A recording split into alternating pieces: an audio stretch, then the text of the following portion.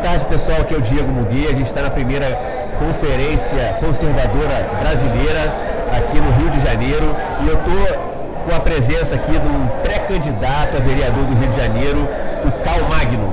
Prazer, Magno. Muito bem-vindo. Você tem quantos anos, Cal? 37 anos. 37 anos, né? Ele é nascido e criado no Rio de Janeiro. Sou de Campo Grande, zona oeste do Rio. Ah, então você é meu conterrâneo lá de Campo Grande. Ah, é? Opa! Terra boa. Muito bom, muito bom. Você vem disputar essas eleições municipais pela primeira vez, é isso? Primeira vez, sim. Como é que você está enxergando esse cenário? Você acha que as pessoas estão acordando para a política, principalmente a direita, na questão de ocupação de espaços? Como é que você está vendo esse cenário? Então, é bem interessante porque assim, a gente viu que a direita acordou nas eleições estaduais e federais, né? O municipal a gente teve ali um lapso, né, de uma eleição que passou.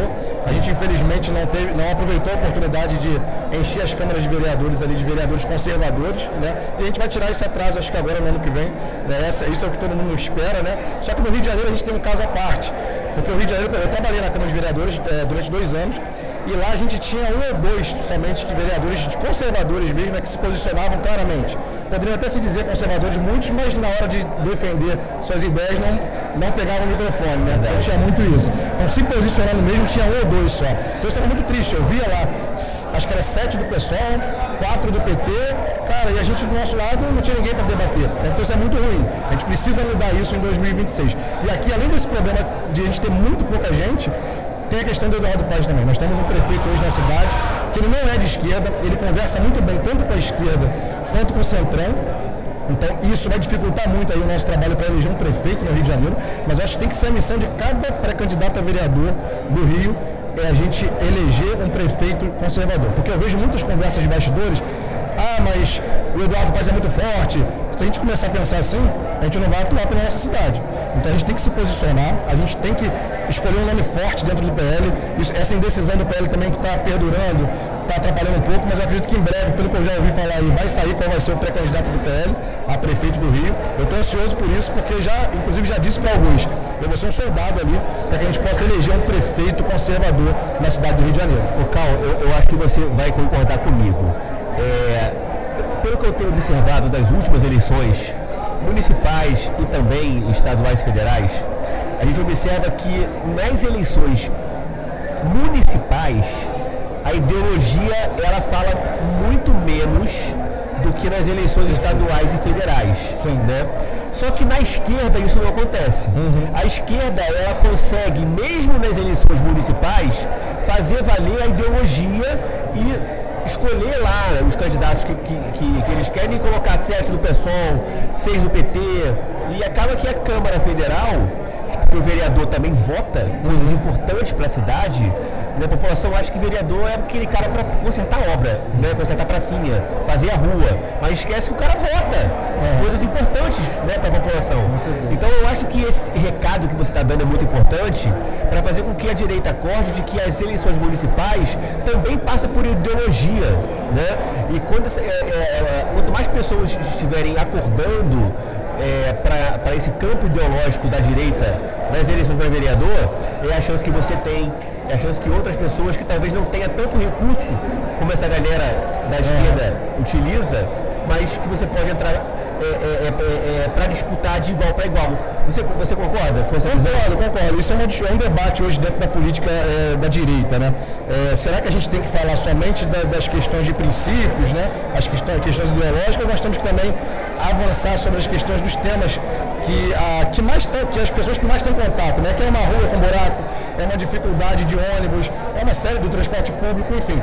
E eu acho que a gente justamente tem que tomar muito cuidado com isso, porque se a gente só ficar falando temas federais, temas de Brasília, temas políticos que não são da realidade do dia a dia do carioca, a gente tem muito risco aí de talvez não eleger tantas pessoas de direita conservadoras. Então, assim, eu acho que a gente tem que, sim, tentar trazer essa discussão para dentro da cidade, fazer com que os cariocas votem de acordo com seus princípios, porém a gente tem que entender que a dor que ele sente pode ser maior do que talvez a atenção que ele dá aos princípios dele. Às vezes ele pode ter um princípio conservador, mas aí ele está com um problema na rua dele que é um buraco, não tem luz na rua dele, enfim, não consegue atendimento na saúde.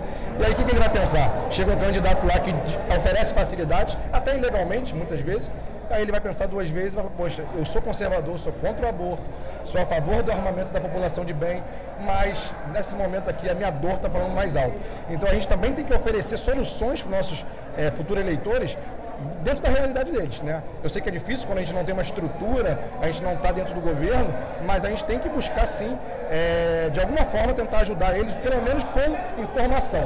É o que a gente pode fazer. Fazer esse equilíbrio, né? Exato. Entender a realidade do dia a dia, a dificuldade que a população tem e ao mesmo tempo também mostrar as nossas pautas, aquilo que nós defendemos, que é o que a maioria da população defende também. Excelente.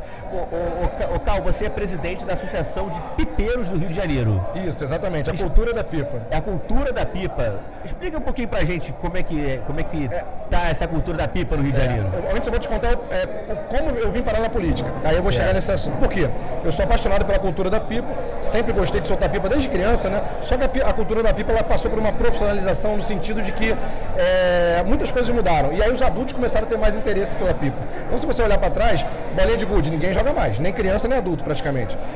Peão, a pipa resistiu, porque justamente alguns adultos apaixonados pela pipa como eu, mantiveram aquela cultura ali viva, né?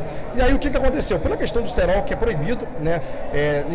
Na área urbana, no Rio de Janeiro, no país inteiro, eu estava soltando pipa na rua um dia e aí eu fui colocado sentado no meio fio como um vagabundo, como um bandido. E eu falei, cara, peraí, eu não posso ser tratado assim, eu estou brincando, eu estou praticando o que meu pai fazia, o que meu avô fazia. E aí eu falei, não, eu tenho que lutar por essa cultura. E aí eu entrei comecei a me aproximar da política para lutar pelos pipódromos, que são os espaços adequados para a prática da cultura da pipa.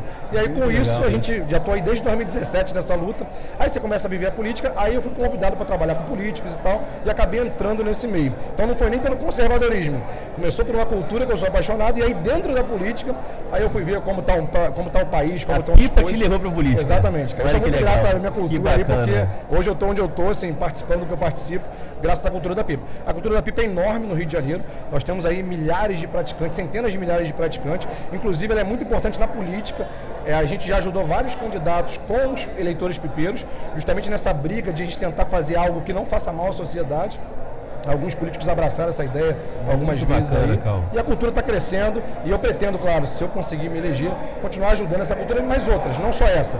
Tem muita cultura boa que está abandonada. Enquanto a esquerda está lá favorecendo essa cultura woke, essa cultura de levar música ruim para as crianças na escola, música vulgar, a gente tem culturas boas aí, antigas, que a gente praticava, que a gente pode trazer para os nossos jovens, para eles largarem o celular, largarem o videogame, o computador. Exatamente. E ter aí uma prática saudável também para eles. Excelente, Cal. Eu te agradeço. Muito obrigado pela essa entrevista. A gente sabe que é uma eleição difícil, que é uma eleição complicada, mas você é um cara bom, eu sei que você tem chance de ganhar isso daí. Obrigado, valeu mesmo. Valeu, tamo junto. Valeu.